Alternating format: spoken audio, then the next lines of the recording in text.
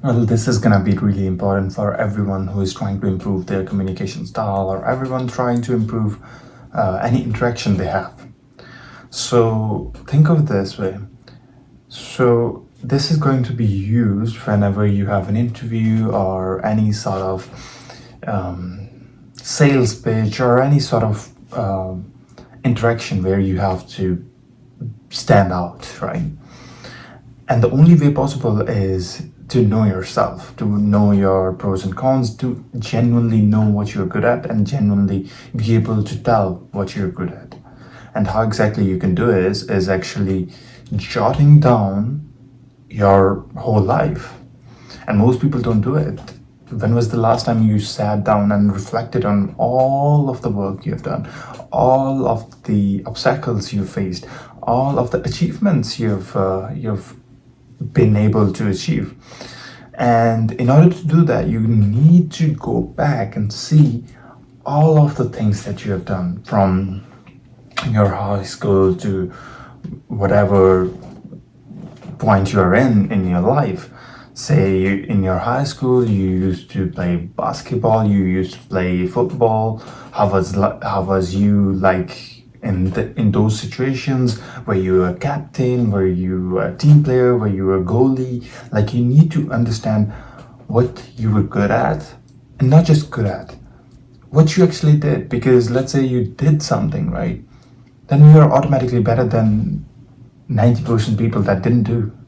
That's simple. So you need to look at the work you've done in in an essence of pride. You need to be proud of the work you've done. Let it be a win or a lose. Either way, it's a work that you've done, and you've spent time on it, right? So in order to be able to actually communicate to the person like what you're good at or what you're bringing to the table, you need to look in your past. And once you try to understand, okay, I've learned this, I've learned this, I've done this, I've failed at this, and this is how I've tried to overcome in those failures. And once you have a good blueprint of whatever you have done so far up till your current state, then you need to start formulating things. Okay, let's say somebody says, tell me about yourself, right? Or something like that, right? And you are trying to have that sales pitch or narrative pitch, right?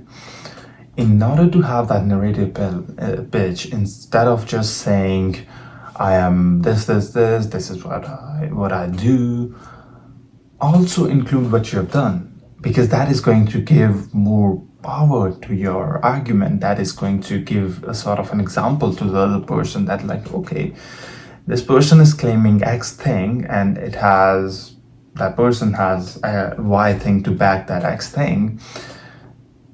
Then you already have a sense of narrative control. And then further down the line, similar questions when they arise, you need to have the similar phrasing of point, a point, explanation, and example, and then the next point, peep, right? They call it peep. Point, explanation, example, and the next point. So in order to have that successful kind of interaction, you need to have that blueprint of all you've done and all you're good at and everything you currently have and been able to acquire, and how exactly you are able to acquire that and why did you do it. That is also going to be a really interesting aspect of whatever you're doing or whatever type of interaction you are having, right? Let's say you did a project. Why did you do it? Okay, you already told them, like, you did this. What is the project? You already told them what. You already told them how, like how exactly you executed the project, and you already explained the essence of the project. But why did you do it? What was the motive behind doing that project? Was that monetary gains? Was that some philosophical gains? What was the reason behind doing that project? That is going to give you a solid positioning in negotiation of whatever uh, communication or whatever interaction you're having, because then that other person is going to understand, okay, this is where this person's mindset is, whether it is financial gain, whether it is more than just a drive of being curious, more than just drive of being curious and be able to actually have an essence of growth in both sectors, so financial and your mindset as well.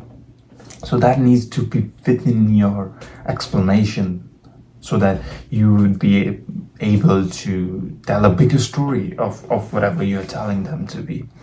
And then once you have these two together, your background and your way of explanation, that is the best positioning you could have had.